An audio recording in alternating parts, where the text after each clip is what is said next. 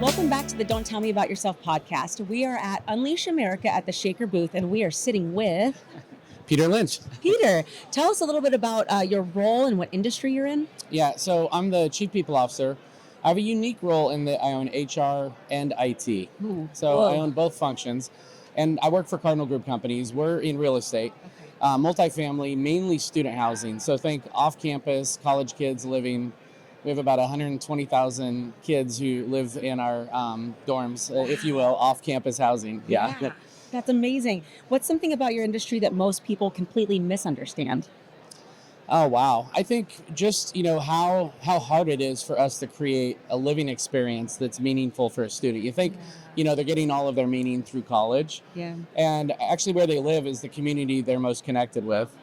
That's a really great point. Yeah. When you said that you cover HR and technology, I mean, those are two individual massive jobs. Yeah. So I'm kind of curious to know, where is AI delivering value in your business from your technology side? I mean, it's in a million areas right now. One of the reasons we brought those groups together is and my talk later today is on why CHROs should be the next CTO. I actually think the heads of tech should be the people who are the culture warriors and the culture champions. And so for us, AI has really helped us because we are doing it with a people-first, culture-first mentality. Not that we want to eliminate humans, but that we want to empower humans. Yeah. And we don't want to lose our soul in the process of winning at business. Yeah. Is there a space that you've noticed so far that you refuse to automate? That's a great question. I mean, I think kind of the last mile related to client, like really key client interaction. Yeah. Like we're automating a lot. We're automating, follow-ups, notes from meetings, different things like that. But that personal touch, that last mile of how do you make a client and a resident experience meaningful, I don't want to automate that. Yeah, that makes sense. Keeping the humans a part of that human process. I wanted to ask you, we've been talking to a few leaders today, and one thing that a lot of folks have hit on is that individually with AI, we're making a lot of strides, right? Yeah. People are getting more comfortable using it to create efficiencies and everything, but maybe there's a gap in the enterprise, right? Where it's not connecting to all the other people that are individually doing the same thing. I'm curious, like with your CTO and CHRO role, how does that show up for you? I assume you might see some synergies. Without a doubt. And I had a call with Mercer the other day, and we were talking about our monthly active and daily active users on generative AI. And our monthly active users right now are 72% of our organization. Our daily active users daily is nearly 30%. And they're like, this is best in class. Like, we're not seeing companies at that level. Now, why? Because we've approached it from a human-first methodology. And I always say, to me, AI is not a robot. Everyone thinks it's Terminator. I'm like, don't think of Terminator. Think of Avatar. It's exoskeleton.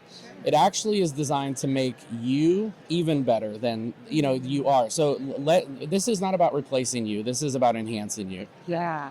That's title for the episode I know. right there. I love that line. It's not about replacing you. Yeah. Oh my gosh. Yeah. So good. You're soothing a lot of people's souls with that, and the exoskeleton piece. I love that. Yeah. And I'll talk today in my talk about that. I'll share what is the brilliance of humanity that we cannot lose. Yeah. And it's funny, we were talking about this the other day, is this a reinvention? And I said, I don't like that word. Some of what we're doing is true invention. Yeah. But to me, it's a reimagination. Now, what does that mean?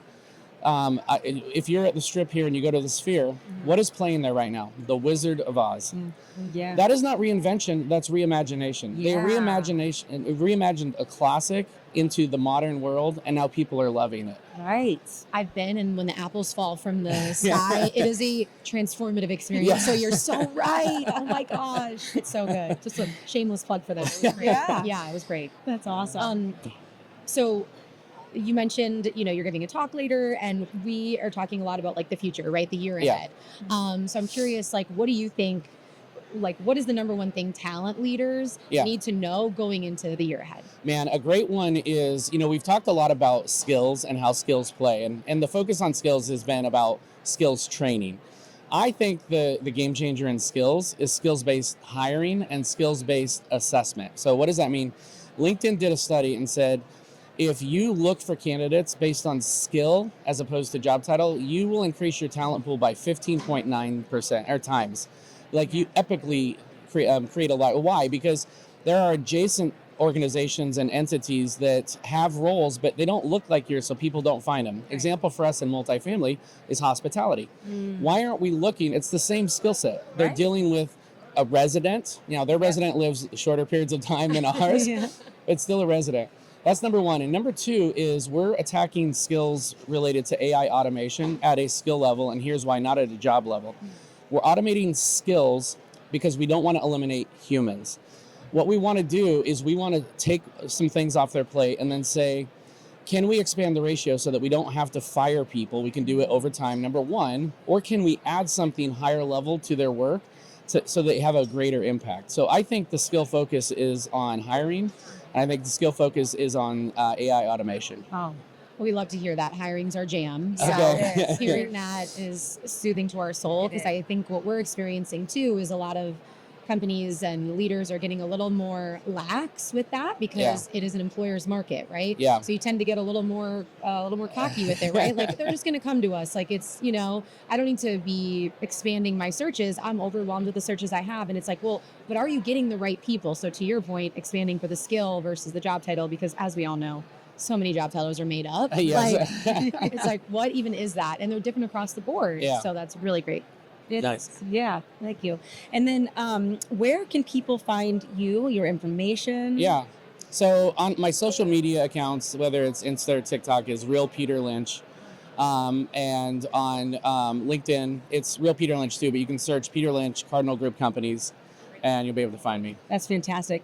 Best of luck on your speech today. Thank You're you. going to nail it. If this is the content, I mean, you're going to absolutely nail it. And we hope you enjoy the rest of the conference. Thanks. Thank you.